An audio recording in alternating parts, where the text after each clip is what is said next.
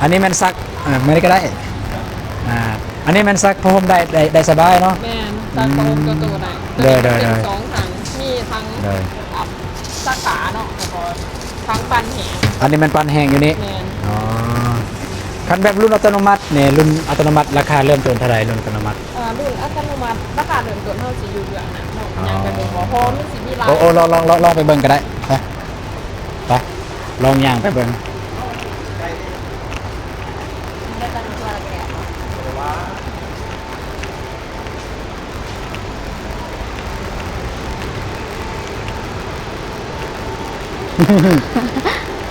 โอ้ยมาตูนเราถือไปเลยตัวมันติดราคาเราถือมาเลยโอ้ยเรา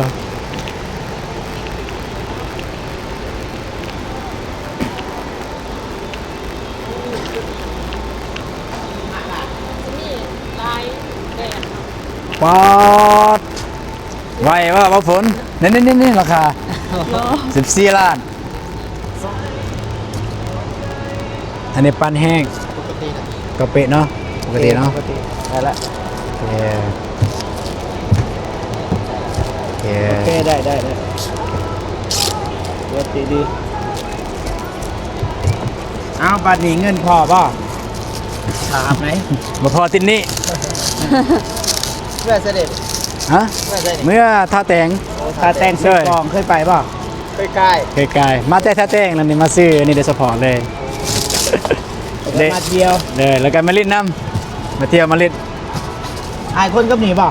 คนกับเซ่นี่แหละปักเซ่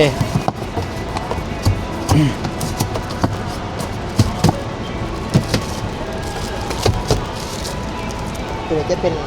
หูอยู่ที่ซ้อนน้องเพิ่นบาดเจ็บกับเป็นผู้หนึ่งที่เคยใส่อันนี้กันน่าจะหูอยู่ปกติใส่ในนอนใส่ได้ยังน้อยแต่พอได้ซ้อนน้องบองอยู่เนาะได้โอเคเดี๋ยวจะน้อยมันจะมี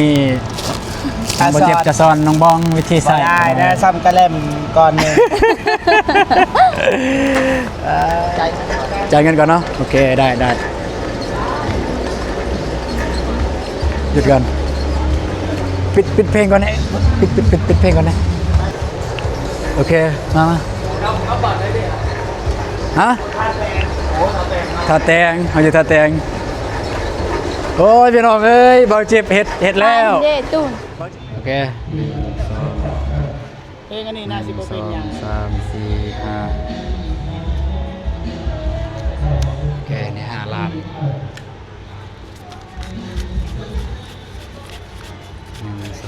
จับเงินมือเนาะเลยจับให้หนูจับตัวจับเงินเพิ่นนี่7 1 2 3 4 5 6 7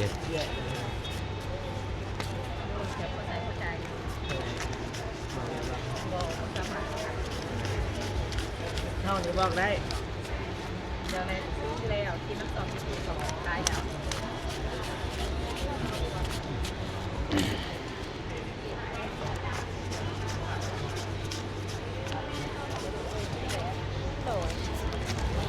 เขาทำเงินมาหาหลัก800,000นะจ๊ะ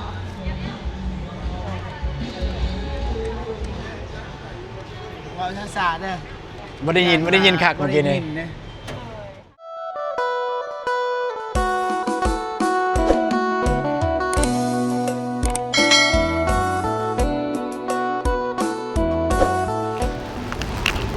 ไม่ได้บ่โอเคพี่น้องเนาะตอนนี้บ่าวตูนกับน้องบองแล้วก็ทีมงานแมนยูห้านตั้งยังเกาะบ่าวพลตั้งเจริญอยู่เมืองปักเซแขวงจำปาสักพี่น้องเนาะก็คือย่านนี่มีขายยังแน่บ่าวพลครบวงจรเลยเนาะก็คือจุดประสงค์ของทีมงานเฮาจุดประสงค์ของบ่าวตูนทีมงานมือนี้เนาะก็มี2หลักๆก็คือให้น้องเพิ่นได้มาเปิดหูเปิดตาอันที่1มันให้น้องมาเปิดหูเปิดตาที่2ก็คือบอลตูนอยากมาซื้อตู้ซักผ้าไปน้องเลยตู้ซักผ้าของน้องบองเพราะว่ามีผู้ใหญ่เพิ่นฝากเงินมาให้บอลตูนเป็นสะพานบุญแล้วก็ให้ซื้อตู้ซักผ้าให้น้องเพิ่นหรือตอนนี้พวกเขาก็อยู่ห่างแล้วก็สิให้น้องบองจะเลือกเอาเพิ่นมักแบบใดโอเคก็ทักทายสวัสดีแล้วก็สวัสดีพ่อแม่พี่น้องเบิดทุกคนก็ยินดีต้อนรับเข้ามาสู่ชาแนลเช่นเก่าเช่นเคยพี่น้องเนาะไป ไปเลือกเบิ่งกับน้องบองเลยว่าเพิ่นสิเลือกสีใดแล้วก็สิเลือกราคาใดแล้วแต่น้องเพิ่นเลยว่ามักแบบใดไป มากระเป๋าบอตูนนะ มันติดเนาะเป็นนั่นไป เบิ่งกระเป๋ากับเขาในเมืองนี่นี่ ติดยา กันเขาในเมืองนี่นี่เห็นบ่เอาดีๆเห็นบ่มีกล่องยาไปพี่น้องไปหาพนักงานเพิ่นเลย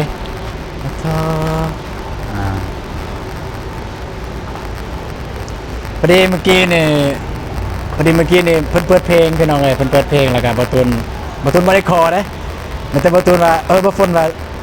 ปกติเขาถ่ายคลิปแต่ว่าคันมีเสียงเพลงบ่ถ่ายเพิ่นก็เลยเปิดปิดให้พี่น้องเอาไปใช้แหละพนักงานเมื่อกี้นี่มันเพิ่นไปเอาบ่โอเคก็ให้เบิ่งเครื่องนี้ก่อนที่น้องบองเลือกน้องบองอันนี้กับอันนี้น้องมักสีใดบ่น้องมักตัวใด สีด สีดำว่า ดำยี่ห้อยัง ทำซัมซุงบ่ซัมซุง ำความสูงที่6กิโล อันนี้มันซักไม่ได้ก็ได้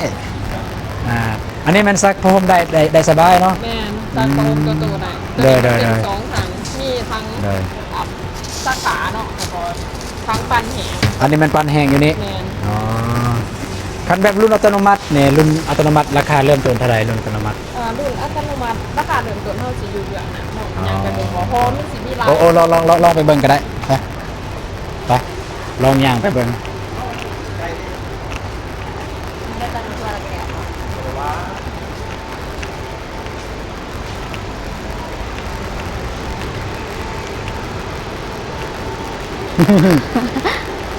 โอ้ยมาตูนเราถือไปเลย ตัวมันติดราคาเราถือมาเลยโอ้ยเรา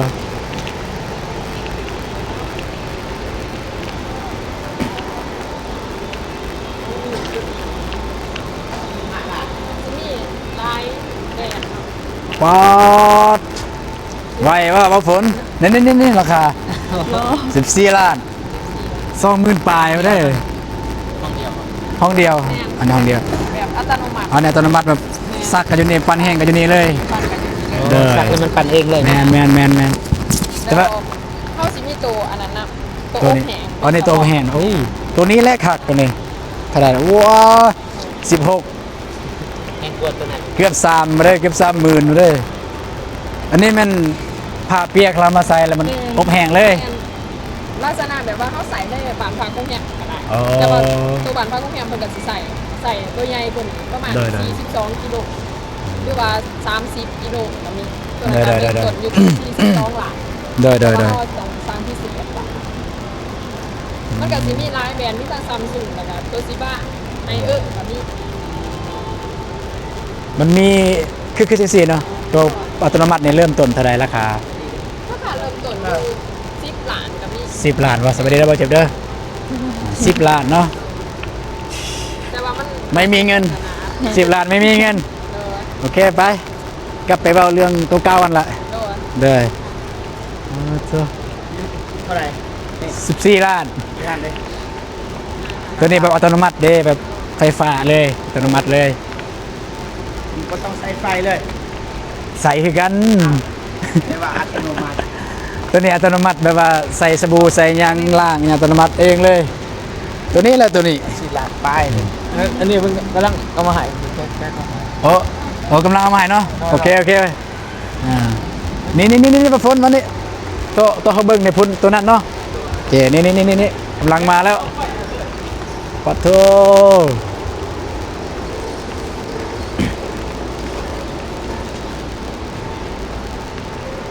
3 ล้านน้องบอง บัดนี้น้องบองได้แล้ววันนี้ ซัมซุง ยี่ห้อ Samsung Galaxy S24 Ultra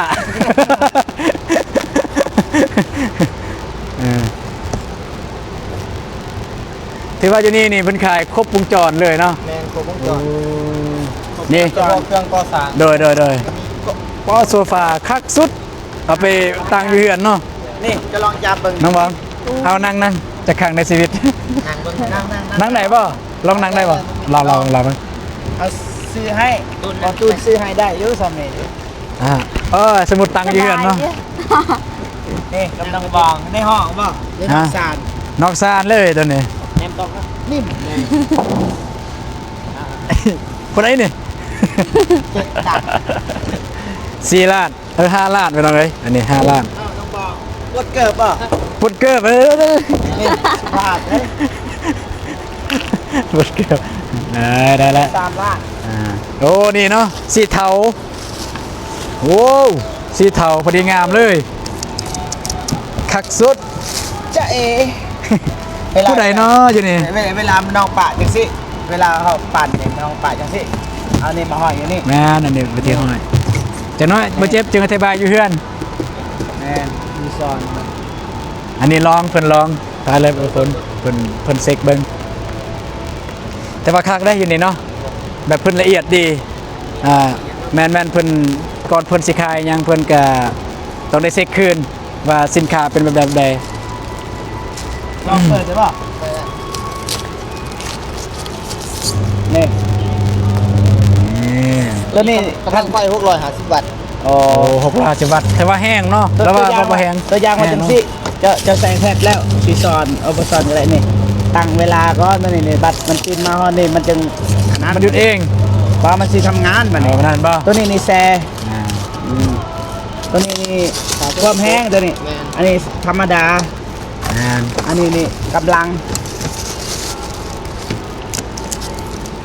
นี่ระบายน้ำออกอันนี้เวลาจักระบายน้ำมันจะออก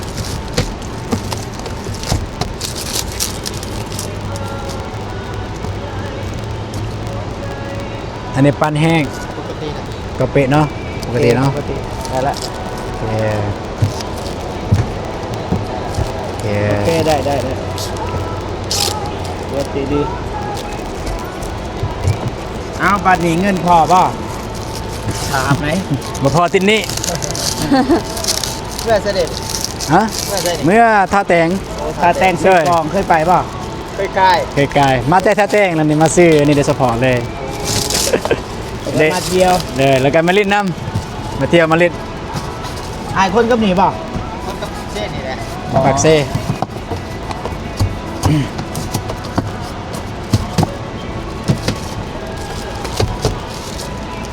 คือจะเป็นหูอยู่ที่ซ้อนน้องเพิ่น บาดเจ็บกับเป็นผู้หนึ่งที่เคยใส่อันนี้ก็น่าจะหูดอยู่ปกติใส่ในนอน ใส่แต่ยังน้อย ก็พอได้ซ้อนน้องบองอยู่เนาะ ได้ โอเคเดี๋ยวจะน้อยมันจะมีบาดเจ็บจะซ้อนน้องบองวิธีใส่ ได้นะซ้ำกระเล่มก่อนหนึ่ง ล่ะ ถ้ารู้สึกว่าทางนี้บริการดีรู้สึกว่า ดีเยอะ เข้ามาเนี่ย ระดับเมืองใหญ่เนาะ ระดับเมืองใหญ่ ก็คือหาดนั่นเนาะ ท่านเนี่ย ก็คือแถวบ้านเฮานี่มาวันใดแล้ว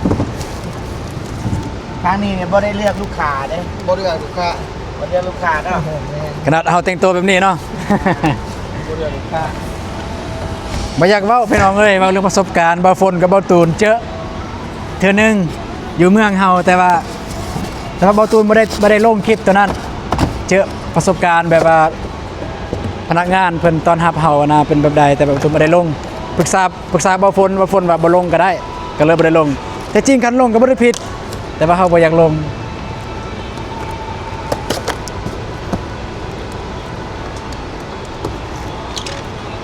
เดี๋ยวบ่ถูก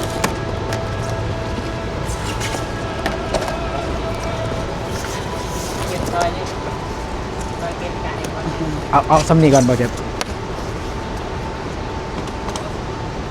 มันไกลพุ่นบ่มันจะบ่เข้าได้บ่เฮาบ่เคยเฮ็ดแล้วบ่ฮู้เด้เพิ่นเฮ็ดสบายบ่เจ็บเบิ่งนี่ ไปเด้อว้าย Samsung Galaxy S24 Ultra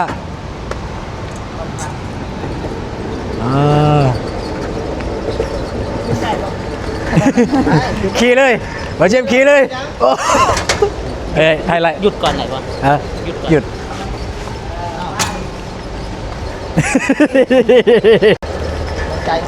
จ่ายเงินก่อนเนาะโอเคได้หยุดก่อนปิดเพลงก่อนนะปิดเพลงก่อนนะโอเคมาฮะทาแตงเขาจะทาแตงโอ้ยพี่น้องเอ้ยเบาเจ็บเห็ดแล้วเย่ตุ้น เบาเจ็บเห็ดแล้วฮะนี่ยัง ป้าย ป้ายลืมป้ายจะเอาป้ายเมื่อเลยพี่น้องเอ้ยสาวเมื่อทาแตงคนละเขาเบาเจ็บกี่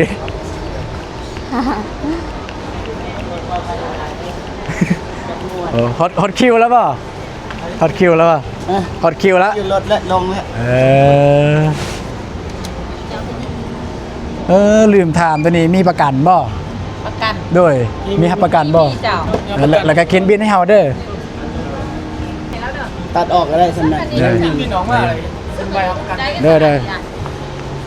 อสบายดีเด้ออันนั้นเด้มาสื่อเขามาสื่อยังเกิดอะไรจ้ะ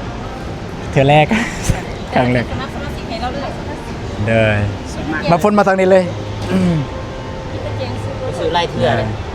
บอกฝน ปั๊บเราเจ็บปั๊บให้ได้แบบเสียงรบกวนก็ปั๊บว่าเด้อเพราะว่าเขาปั๊บอยู่ฮะปั๊บเนี่ยปั๊บเสียงรบกวนก่อนเพราะว่ามีเสียงเพลงยังเอาถ่ายคลิปเด้อถ่ายคลิปเด้อสบายดีเด้อเป็นคลิปสวยเรือคือเฮาละเป็นสะพานบุญแล้วก็ผู้ใหญ่อยากสวยเรือผู้นี้แล้วเฮาเป็นสะพานบุญเฮามาซื้อให้ผู้นี้นั่นแล้วก็เลยให้น้องเพิ่นมาเองเลยเด้อมาเลย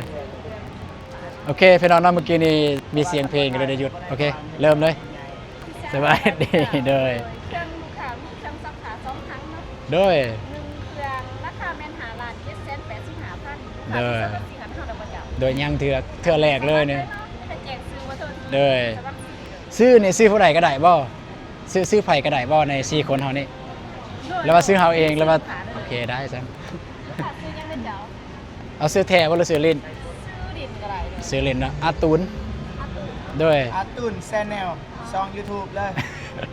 อยู่บ้านเลยเด้ออยู่บ้านห้วยดำไม้เมืองท่าแตงกับเซกองเด้อมาแต่บ้านนอกบ้านนาเบิ่งแต่กระเป๋าเนี่ยมันเบอร์โทร7804 6194เลยหมายบ่เมื่อนาท่านพาไปกะมาลงท่าสนามมีแต่แจงสมาชิกด้วยเจ้าโดยว่าสะสมคะแนนได้สำรวจชื่อที่พันจะได้1คะแนนสะสม6,000คะแนนได้สำรวจอยู่30,000ตัวอย่างว่าขออนุญาตเด้อ1ล้านเด้อ1ล้านเงินได้100คะแนนโดยคะแนนเท่าไหร่โดยอันสะสม6,000คะแนนได้สำรวจอยู่30,000กีบโดยทั้งหาเฮา30,000กีบได้เยอะพอได้มีส่วนลดเยอะโอเคเรียบร้อยแล้วเนาะโดยแล้วทั้งแม่น5ล้าน785,000โดยได้ผิดหรือบ่นี่ถ้าเป็นเพลงไทยนี่ดังๆนี่บ่ได้เลยเสียงแง่น้อยนึงก็5วิมันก็แดงเลยจับก่อนน้องบัง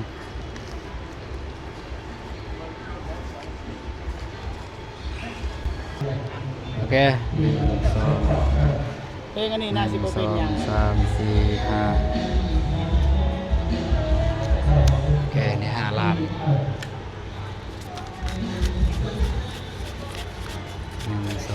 จับเงินถุงมือนะเลยจับไม่ถุงมือจับถุงมือจับเงินเพิ่นนี่7 เงินเดือนแพง1 2 3 4 5 6 7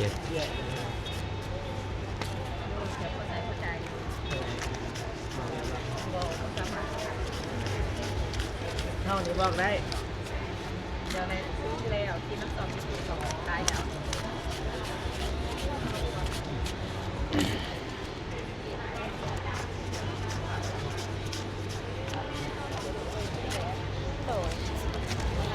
เขาทำเงินมาหาหลัก800,000นะจ๊ะ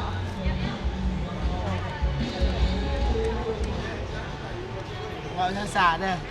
บ่ได้ยินคักเมื่อกี้นี่ถ้าทำเงินมาหาหลัก800,000แสดงว่าทอนเงินอีก15,000ตอนคืนบ่มีติ๊บ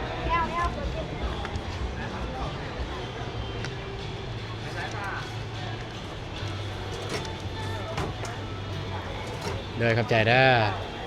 จะขอขอบใจด้วยจ้ะ เด้อ แต่ละต้นไม้เด้อ เลยได้เดี๋ยวมื้อหน้าสิมาเด้อ เด้อเด้อ เนาะ เพราะว่าก้อน ปากกระเป๋ามาให้ผู้หญิงที บ่เมื่อกี้เตนี่ก็เอาคืนกระเป๋านี่ก็โอ้สู้ชีวิตเลยเข้าใจหลายๆเด้อเด้อไปอันนี้คือบินเนาะเด้อ ไล่แล้วก็มาดิ โอเคไปบัดนี้ขึ้นรถเลยรถอยู่นอก ได้กันสีขาว ว่ารถรีโวป่ะรีโวไป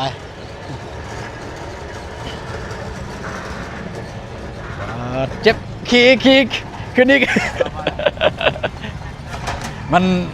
น้ำหนักเกะกะเพิ่นว่าสิทธิ์ เป็นหมดอ่ะ บ่เพลงกันเพลงเพิ่นลิมิกเนี่ยบ่มีลิขสิทธิ์เพิ่นลิมิกกันนะ พอด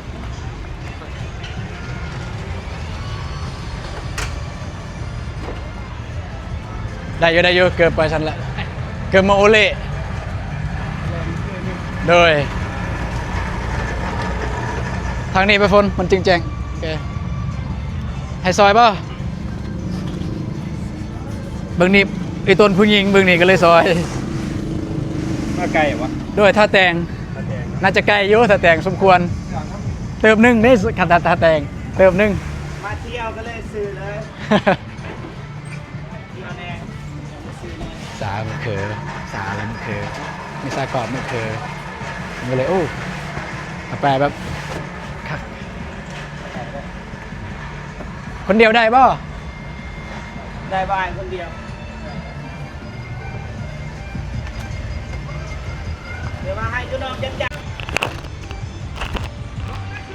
มันก็มีอยู่บริการแบบว่าสมมติเราอยู่ต่างแขวงแล้วพนักงานไปส่ง นี่ นี่เนาะโอ้ ทั้ คั ง ก เศร้ากิโลเมตรเป็นทรงที่ โอ้ แต่ว่าทางแก๊งนับออกจากเมืองปักซี่เศร้ากิโลเมตรเป็น จะเก็บค่าบริการ 13,000 กีบ โอ้1 กิโลเมตรต่อ13,000กีบ แอนลักหนึ่ง13,000 กีบ ไม่ต้องบินให้อ้ายเนาะ อันนั้นดิโดยให้แล้ว อ๋อเป็นบินทับประกันเลย โดยอยู่ดีรวมเลยเนาะ โดยแมน แล้วว่าสิคืนแม่นบ่ แม่นล่ะถ้าเครื่องมีปัญหาระบบหรือว่าระบบบบปันไฟบ่ขาวแม่นทับประกันเวทเอาเขามาเลยล่ะ โดยแม่นสามารถเอามานี่เนาะ โดย โดย แต่ระวังยันหนู อย่านู่เขา โดย ไม่แต่ระวัง โดย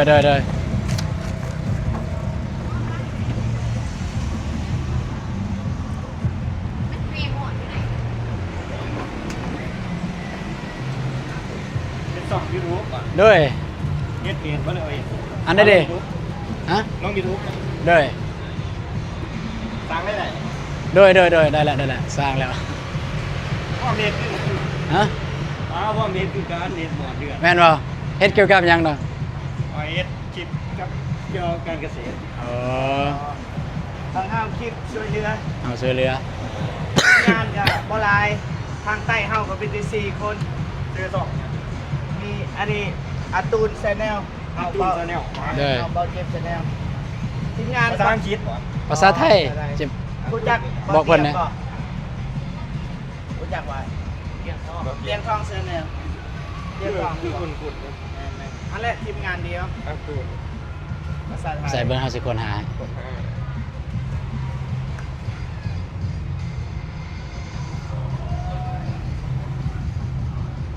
นี่ตัวนี้แหละเบอร์สิตามให้เลย